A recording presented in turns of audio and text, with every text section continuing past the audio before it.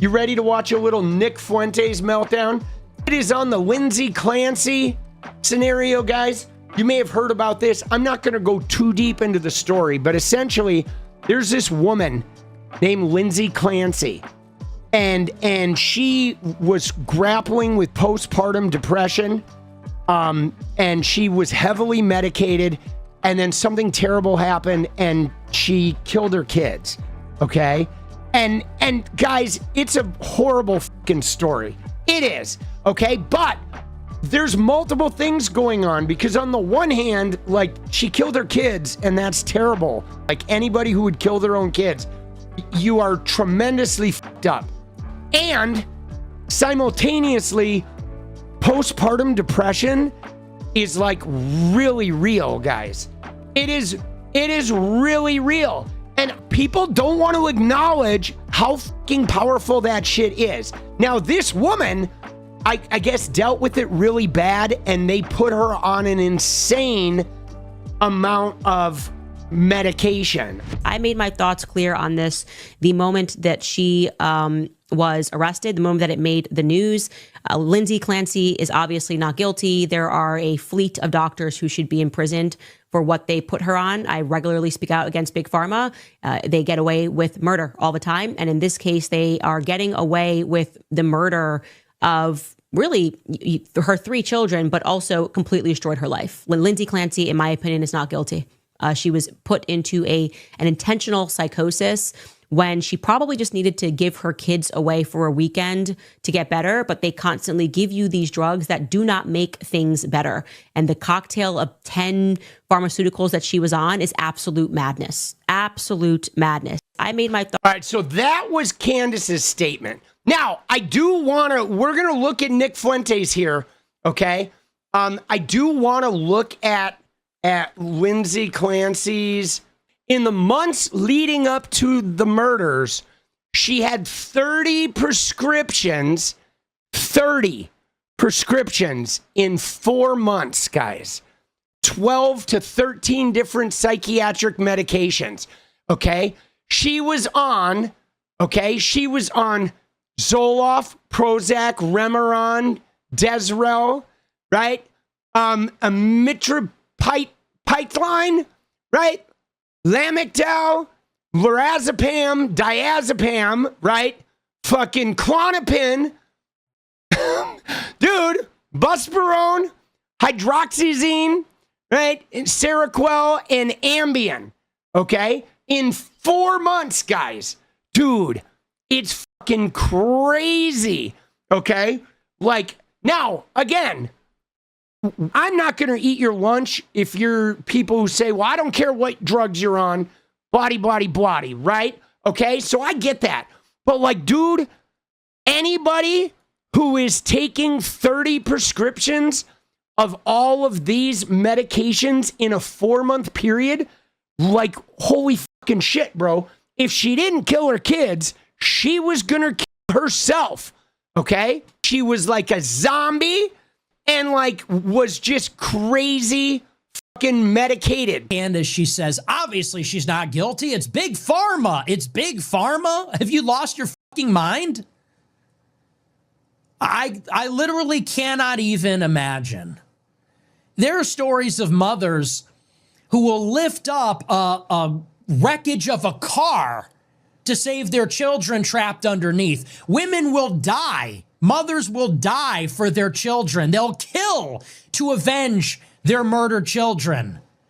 And this psycho holds down her 3 babies, strangles them to death. You're a mother yourself, you sick bitch. You're a mother yourself.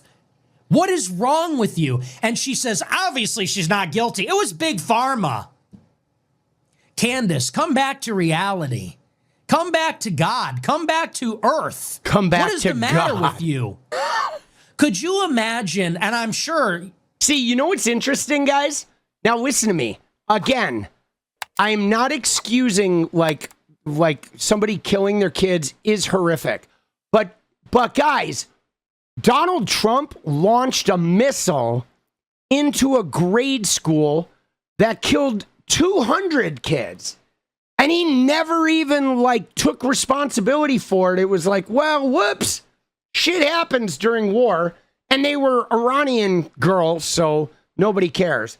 But you know what I'm saying? Like Donald Trump committed 60 Lindsay Clancy's, okay? And he doesn't even feel bad about it. He doesn't even feel like he's done anything wrong, okay? And in fact, he's threatening more. And then you want to get into Netanyahu. Netanyahu's done 20,000 Lindsay Clancy's, and he feels like empowered to do more. You know what I mean? I mean, so it's just you know, the level of horror and the level of killing and murder that literally exists in our reality that we just brush off, and then we look at some other murder and treat it like it's the worst, most heinous shit on the planet, when in fact we should bring into balance, like, if you look at Lindsay Clancy and can feel the horror of what went on with her and her kids, Gaza should be the end for you. Israel gets $0 more, not another dollar for them ever. And like the military needs to suspend operations in Iran after blowing up a grade school. But no, like some merciless killing, we fucking hit the cash register and fucking write checks for it. And then we want to demonize other people as like they're fucking demons. And I think like, I wish we would take a much more sober look at all fucking loss of life and our hand in it, so we can have compassion for the psychosis fucking mother who does a heinous act. And we can also realistically stop funding, 10,000 times the heinous acts of our own, because I don't want to fund any of that shit. And that's what's crazy is the very people that are like, man, they want to fucking execute Lindsay Clancy. Those same people want to write another check to Benjamin Netanyahu. And that doesn't make any sense to me, guys. That's incongruent there, okay? Because killing and death is like, dude, it's all fucking tragedy and harmful. Like war is not like a legitimate and okay killing, okay? It's not. It's just not. For some people, sadly, it doesn't even require any imagination. Imagine if you're a guy and your wife is on TikTok sympathizing with this sicko. And I've seen it. I've seen TikToks of women holding their own children in their arms and saying, we need justice for Lindsay Clancy. Imagine that's your wife. See, I totally understand that. I totally understand how somebody can see the heinous crime Lindsay Clancy committed and simultaneously feel the pain of somebody who was over-medicated and ignored and fell through the cracks of the medical system, like many women do. I mean, for me, holding both of those at the same time does not even seem like, it doesn't seem like a challenge, right? But so what's interesting though, guys, and part of the reason why I want to watch this is because these guys, these like Nick Fuentes and the Sneakos and the Joel Webbon and the Matt Walshes of the world, these guys want to take away women's rights to vote. They want to take away women's rights to be the boss, to own property, right? They want women to go back to being like, unpaid caregivers while they go out and have affairs and they make all the decisions. And now there is an actual, we saw the Turning Point USA video where women at the Turning Point, young women were like, man, I'm okay if I lose my right to vote. I trust my husband to make good decisions for me. The religious people are trying to remove women's right to vote. This is a Project 2025 thing, okay? This is. Imagine that's the mother of your children. If I had a family, if that was my... Dude, yeah, you're never going to have a family because we're pretty sure if you had a family, it would be you and like Andrew Tate, like rubbing each other's back, right, Nick? wife, I would have her 5150'd immediately. Dude, look at that. He's like, if his wife understood like the situation with Lindsay Clancy, he would have her 5150'd. He would try to have her committed for having an opinion that he disagrees with. How insane is that, guys? That was, if I had a family, if that was my wife, I would have her 5150'd immediately. What a dink. I would take the children and I'd bring them to my parents' house. And I'd say, you stay the fuck away from me and my kids and my family. Dude, you notice, though, what he said? He wouldn't take care of the kids. He would take them to his parents' house. Like, yo, fuck nuts. No, if you were putting your wife away, wouldn't you just take your kids home? Oh, you take them to your parents' house. Somebody else to care for them. You see this shit? What a clown, dude. Yo, Nikki, you piece of shit. I was a single dad. I was there all the time, man. I changed the diapers. I gave the baths. I read the bedtime stories. I volunteered at the school. I fucking, put Bactine on the boo-boos and took him to the doctor and took him to the dentist and got his eyes checked, right? It's like, we're men. We can do all that shit. When he was emotionally wounded, I sat down and put my arm around him. Was like, tell me how you're feeling, right? Let me hold space for you, right? Like, what a fucking idiot, bro. This is what I'm talking about, though. These guys, they're clowns. Imagine your wife, the mother of your children, is on TikTok posting. And listen, I know on some level, maybe that's harmless. Women will do and say anything for attention, no matter how disgusting and vile it is. Dude, hearing Nick Fuentes say women will do anything for attention, no matter how sick or vile it is. This guy is saying that about women. Like, yo, Dick Fuentes. You literally run your mouth saying fucking the most ridiculous shit for attention and clicks all day long. Dude, you maced a girl who knocked on your door because you're such a fucking dink, bro. They'll post that to signal something socially, solidarity, empathy with women, But it's like, could you imagine? Your children are being held in the arms of their mother while she's filming herself on TikTok saying, I stand in solidarity with this other mother that murdered her 3 kids.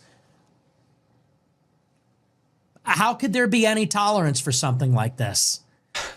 Dude, I mean, we see why this guy doesn't have a girlfriend. And this is a moment when people of conscience, this is a moment when anybody that has any semblance of integrity and of a conscience has to stand up and call it out and say, this is wrong.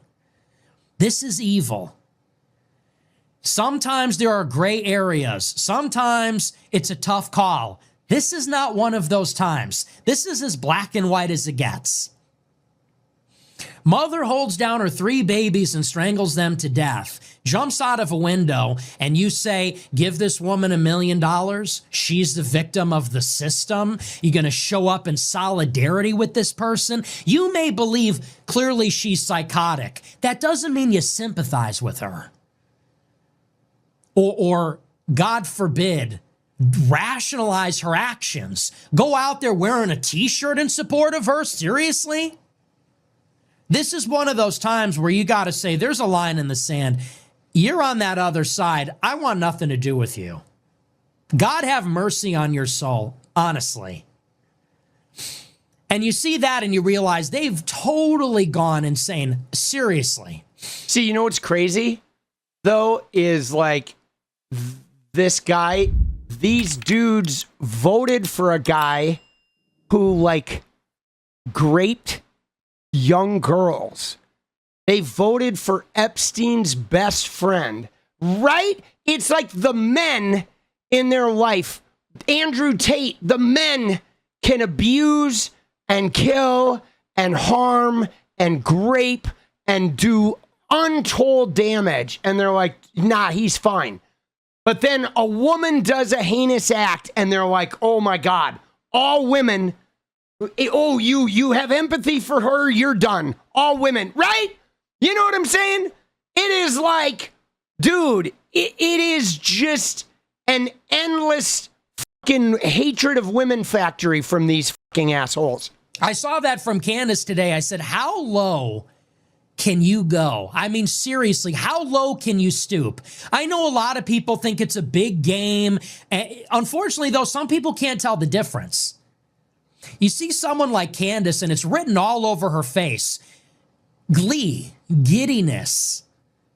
You could see that the narcissistic supply of her show and the money and being the center of it, she feeds on it. It's written all over her face. She has no poker face. The self-satisfaction, the smugness. She's delighted with herself. The overflowing, how pleased she is with herself and what she's done. And for her, this is just a game. For her, she goes on the show and it's a performance. It's like Oprah. Dude, isn't it funny how he's like his whole existence is like a game, a performance, a cash register, right?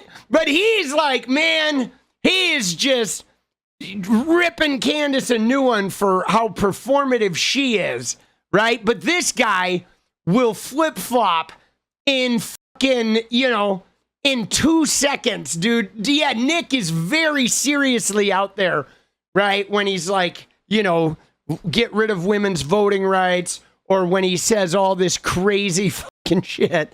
It's dramatic. Today, we're going to break the internet again. Oh, everyone's talking about me again. Oh, they made memes about my enemies again. Oh, it's so wonderful. This guy's saying this. But the people that watch can't tell the difference. These people in the comments, these are like psychic victims. And they're not blameless, but these people in the comments, they really believe in this shit. They really believe it's a multi-dimensional time-traveling conspiracy. They believe this woman is the victim of big pharma. It's the pharmaceutical companies made her do it. The conspiracy made her do it. The profiteering French-Israeli Illuminists made her do it. You see, now he's getting carried away. I mean, dude, those kids were a victim of that woman, and that woman was a victim of the pharmaceutical, culture in America, and a victim of a piss poor profiteering healthcare system in America. All of those things are happening at the same time. You know what I'm saying? Like, many things are true at once. Things are not just an on-off switch. Everything with these guys though is they, this is part of the red pill mindset and part of this patriarchal domineering religious mindset is there's an on-off switch for everything, and they think they're the ones who get to label what's on and what's off, right? You know what I'm saying? Let me just say, there's no way that Jenny would get 30 prescriptions to 13 different psychedelic fucking psychotic medications in a 4-month period without me being like, whoa. Right? Like the first thing with the postpartum would be like, let's get a therapist. Okay, let's go to couples therapy too, so I can figure out how to best be helpful to you while you're going through the postpartum. And let's not go right to medication. Okay, let's fucking take this slow, right? But her husband was like, yeah, she's on 30 medications, 30 prescriptions in 4 months. Dude, that's 7.5 prescriptions a month. Like, yo, dude, that's 2 prescriptions a week. Right? Man, if Jenny had 13 pill bottles on her nightstand, I would be like, whoa, we need to get off this ride, right? And her husband, what was her husband fucking doing during all this? Where was her fucking support network? Who was batting for this woman? Did she have anybody on her side that was like saying, yo, we need to fucking slow this shit down, you know? You know what I mean? It is like, wow, dude. And at the bottom of it is fundamentally a total lack of responsibility. Look, as an there he goes. At the fundamental bottom of this is that women are irresponsible. Lack of responsibility on these women that are liberal feminists.